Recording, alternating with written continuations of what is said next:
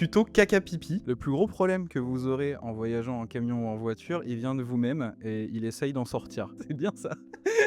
C'est pour moi le plus gros problème quand on part, c'est de trouver où est-ce qu'on va faire nos besoins. Il y a deux choses, il y a la forme liquide et la forme solide. La forme liquide, c'est le moins grave, ça honnêtement, peu importe où on est dans la campagne ou quoi, c'est pas grave. Par contre, le problème, il vient quand il y a du solide qui doit sortir. Et donc moi, ce que je fais personnellement, c'est que quand je vais chercher un endroit pour dormir, je vais plutôt d'abord trouver un endroit où il y aurait potentiellement des toilettes. Ça arrive souvent, il y a beaucoup de parkings où il y a des toilettes, beaucoup de départs de randonnée aussi quand on est à la montagne. Et de toute façon, la van life, c'est pas forcément toutes les nuits dans un super beau décor au milieu de rien. Des fois, c'est bien d'avoir ce confort-là. Donc, je vais toujours chercher par avoir au moins ça à proximité ou au pire à peut-être 5-10 minutes de voiture parce qu'on est en France, il y a quand même beaucoup de toilettes partout. Dans les mairies, à l'extérieur des mairies, devant les églises, il y en a vraiment partout. Donc, du coup, je vais faire en sorte d'avoir des toilettes à 10 minutes de voiture et comme ça, le matin, nous, on sait qu'on peut plier le camion en 5 minutes pour partir et si une envie pressante, on y va. En cas de problème majeur au milieu de la nuit, on a des toilettes pliables dans lesquelles on met un sac poubelle. C'est une bonne solution,